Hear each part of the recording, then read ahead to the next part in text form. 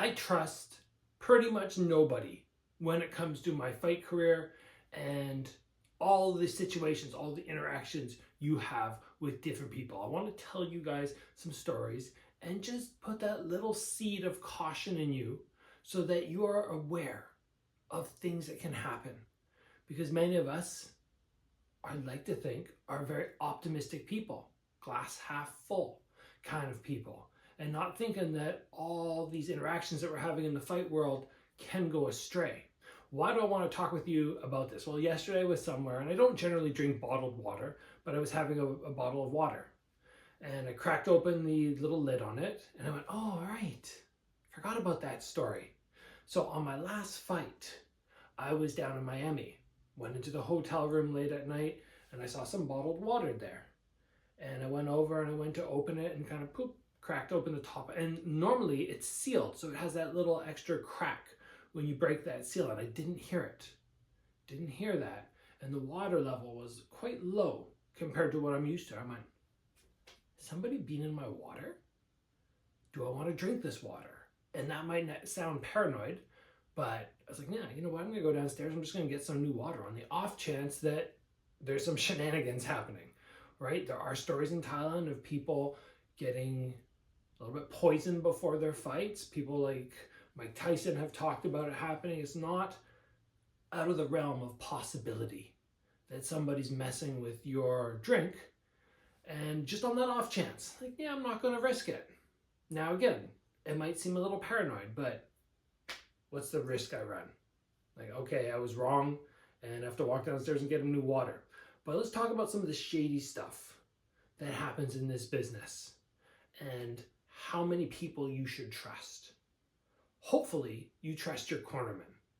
You trust the people who are there on fight day with you, who are going to help you through this to get the victory. If you don't trust them, it's not good. But in general, should you trust the other people around you, the promoters, the other team, all these different people? So here's a little story. I got offered a fight some point in my professional career. I won't go into specific detail right now because it kind of paints some people in a very negative light. But I got offered a fight. So they went, okay, here's the person's record. Here's how many times they've fought. So I started looking up. I'm like, oh, okay, look at this guy. He has this many fights in this promotion and this many fights in that promotion. So I started doing some research, looking into him. I'm like, okay, yeah, it's a decent number, reasonable, everything's fine. Yeah, I'll accept the fight. Shortly after, I had to pull out of the fight due to injury. This guy ends up fighting. I watch it to see, oh, this is a dude I might fight in the future, so I'm going to watch the fight. And they start talking about how he has an amateur boxing record of over 300 fights. Nobody told me about that. So I went to the promotion and I said, come on.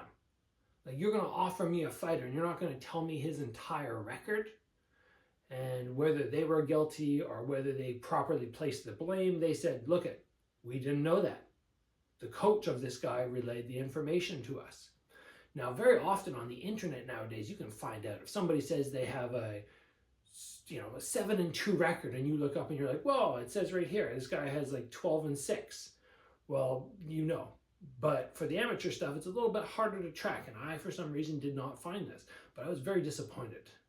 And there have been other times where I've been to promotions over in China where they come to me the day before weigh-ins, and they go, tomorrow morning, you need to wake up at 5 a.m. so we can go and get your MRI. I'm like, I've been here for 3 days, sitting around doing nothing. Why didn't we do it on these other days? They're like, oh, but I don't know. Do not trust other people when it comes to your fight career. They do not have your best interest at heart. And most people, this is the glass half empty side of me, most people are not wanting the best for you. They want the best for themselves. And they are willing to do some shady stuff to get there. So yes, it's a bottle of water that doesn't crack open properly in my hotel room, a little extreme to just dump it out, maybe, but I'm gonna risk on the side of caution, and I'm always gonna be looking at people wondering, what do they have up their sleeve? And I think you should too when it comes to your fight career. You step on the scale and the other guy steps on the scale and you don't see him step on the scale and actually see what they're weighing in at, I don't trust that. Especially if he's part of whoever the promoter is a local promoter and it's his fighter. I'm not going to trust that they're going to say the correct weight. So just look out for yourself, guys. Something that I've learned throughout the years. I gave people the benefit of the doubt. I got taken advantage of a couple times, and then I put my guard up, and now I protect myself. And you should too. That's all I wanted to mention to you guys today.